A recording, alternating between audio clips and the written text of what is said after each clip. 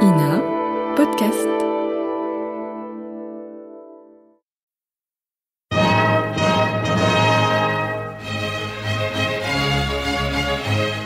Bon baiser de partout. Une émission secrète de...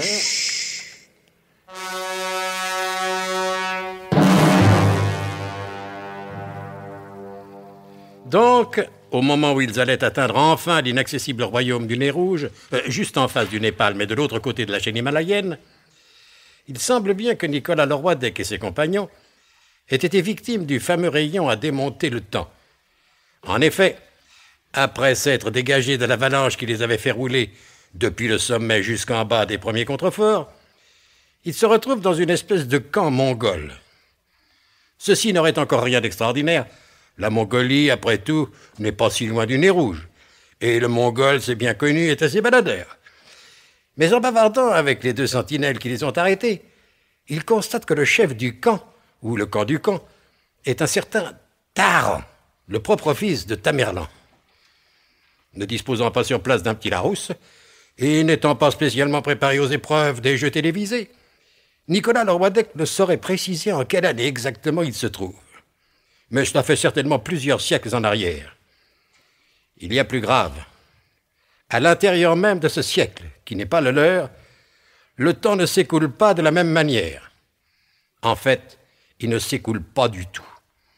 Et ainsi, quand Zorbec le Gras, à 10 minutes d'intervalle, a demandé l'heure à Nicolas Leroidec, à chaque fois, Nicolas lui a répondu en lui indiquant la même heure. Mon cher Nicolas, êtes-vous bien certain de l'heure que vous venez de m'indiquer? Mon cher Zorbec, mon chronomètre ne se trompe jamais. Pourtant, il n'y a pas plus de 10 minutes, quand je vous ai demandé l'heure, vous m'avez également répondu qu'il était -5. Alors, êtes-vous certain que votre chronomètre n'est pas arrêté? Mon chronomètre ne s'arrête jamais. Écoutez vous-même, son tic-tac rassurant. Ah oui, je vous ai dit, mais c'est possible, mais regardez les aiguilles, elles ne bougent pas, elles, par contre. Vous avez raison. Ah, alors? Elle ne bouge pas. Et pourtant, il marche. Êtes-vous bien certain que dans l'avalanche, cette merveilleuse mécanique ne s'est pas déréglée par hasard? Rien à craindre. C'est un chronomètre blindé spécial ultra secret et rigoureusement confidentiel à l'épreuve de l'eau, du gaz, de l'électricité et des explosions atomiques. Bon, alors? Alors, mon cher Zorbec, je crois entrevoir l'épouvantable vérité. C'est... Vaste. Quelle vérité, monsieur Leroidec? Une minute, mon cher Fermotag. Mon cher Zorbec. Oui? En attendant que le camp Taran nous reçoive, j'aimerais avoir une conversation seul à seul avec vous. Parfaitement, j'ai compris. Vous ne voulez pas parler devant cette grosse tête prussienne qui ne comprend jamais rien à rien? C'est ça. C'est en quelque sorte, mon cher Nicolas, une conférence au sommet que vous me proposez. Oui. Mais vous avez raison. Éloignons les deux minus. Où vous allez, monsieur Nicolas? Vous n'avez pas besoin de moi? Non, mon brave petit Fritz. Ah bon, parce que vous savez bien, monsieur Nicolas, que vous pouvez toujours compter sur moi. C'est une mission particulièrement dangereuse et le colonel m'a bien recommandé de ne pas vous quitter d'une semelle. Je sais, petit Fritz, je sais, mais laissez-moi seul. Vous surveillerez monsieur Willem Fermotag. Ah, Zorbec, vous êtes sûr que vous n'avez pas besoin de moi? Non. Oh, celui-là, ce qui peut être colon, alors. Ah, sûrement, à la fin. Bon, mon cher Nicolas, qu'est-ce que vous vouliez me dire, alors? Zorbec le Gras, Oui. Jusqu'à présent, vous le savez bien, je vous ai considéré, et le SDUC tout entier vous a considéré comme un ennemi redoutable. Merci, mon cher Nicolas, vos paroles me vont droit au cœur. Bon, mais l'heure n'est plus aux civilités de ce genre. Oui. Je rappelle la situation simplement, parce que c'est un fait qui, autrefois, ou plutôt 500 ans plus tard, aurait eu son importance. Nous nous sommes combattus. La France possédait le biglotron. Et vous vouliez vendre les plans du biglotron à des puissances étrangères. Oui, non, écoutez, je vous ai déjà expliqué, mon cher Nicolas. Non, inutile de vous justifier, mon cher Zorbec. Tout comme vous, je connais les arcanes du monde secret. Nous n'étions pas du même bord, ou plutôt, je vous le rappelle, dans 500 ans d'ici, nous ne serons pas du même bord. Oui. Mais pour l'instant, vous devriez comprendre à quel point nos querelles sont enfantines, puériles et dérisoires. Une querelle d'arrosoir, comme dirait le colonel de Guerre. Non, s'il vous plaît, je vous en prie. Oui, non, monsieur, c'était... À l'heure où je vous parle, c'est à peine si l'un des premiers de Guerolas vient d'accompagner Jeanne d'Arc dans sa chevauchée vers Orléans. Vous vous rendez bien compte, Zorbec le Gras, que nous sommes 500 ans en arrière. Depuis tout à l'heure, il m'assomme avec ces... Je ne voudrais pas vous contrarier, mon cher Leroidec, mais ne pensez-vous pas que les fatigues de cette ascension et puis cette avalanche vous ont quelque peu intellectuellement perturbé? Mais non, Zorbec, non. Très bien, d'accord. Si nous étions en 1967, il est bien des choses que je ne vous révélerai jamais. Même si vous donniez l'ordre à votre fidèle Fermotag de me faire parler.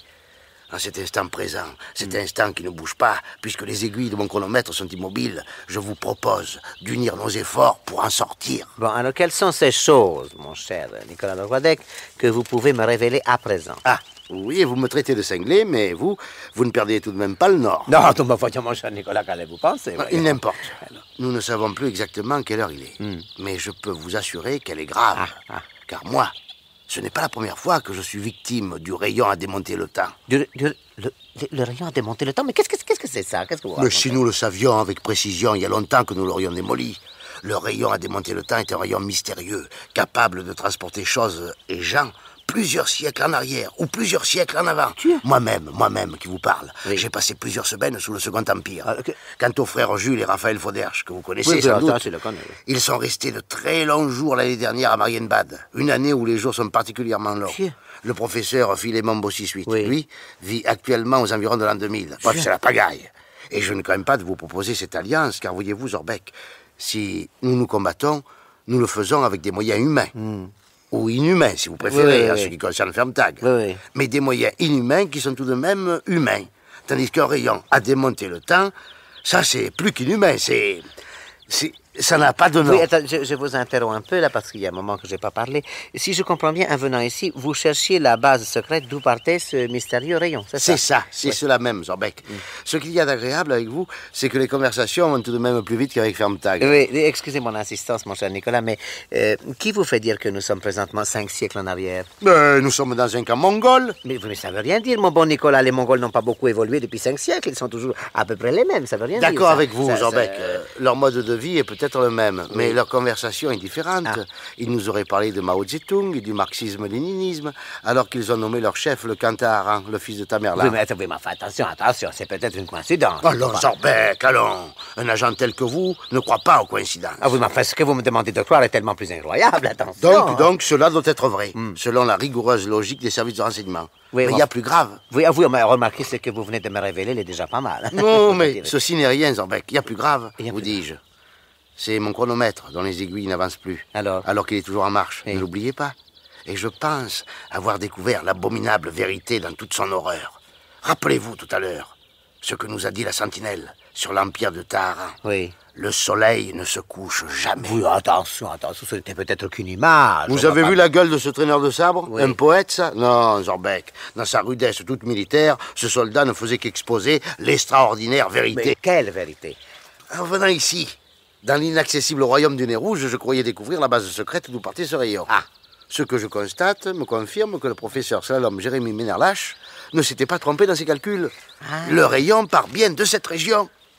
Mais pour protéger cette base secrète, et sans doute aussi à cause de la proximité des puissants générateurs qui émettent le rayon, ici, comme autour d'une base atomique qui serait contaminée par la radioactivité, ici, il n'y a plus de temps. Le temps est gelé. Le temps est gelé. Dites donc, quelle heure avez-vous, Nicolas? Toujours moins 5. Toujours moins et mon 5. chronomètre fonctionne toujours. Oui, il est toujours moins 5. Comprenez-vous maintenant pourquoi je vous disais que toutes nos petites rivalités futures, ces embrouilles, ces coups tordus qui nous opposent l'un à l'autre dans 500 ans, pourquoi toutes ces petites rivalités n'ont désormais plus aucune sorte d'importance? Je vais vous dire, je commence à vous croire, Nicolas. Mais alors, attendez, alors qu'est-ce que nous allons faire? Nous avons, hélas, tout le temps pour y réfléchir. Il y a sûrement un moyen.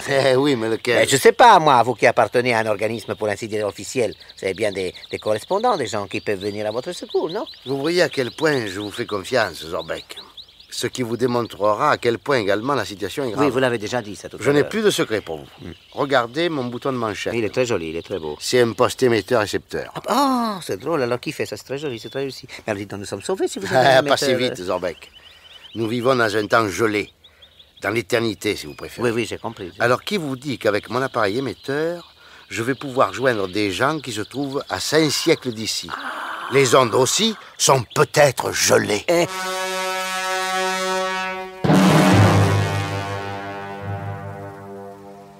Comment Nicolas Leroydec et ses compagnons se sortiront-ils de cette situation, selon toute logique, sans issue?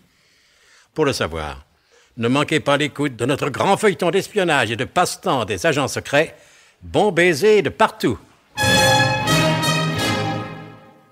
C'était Bon baiser de partout. Une émission secrète de Pierre Dac et Louis Rognoni. Avec Roger Carrel, Claude Dasset, Paul Prébois, Alain Roland. Décryptage et mise en code, Jean-Wilfried Garret.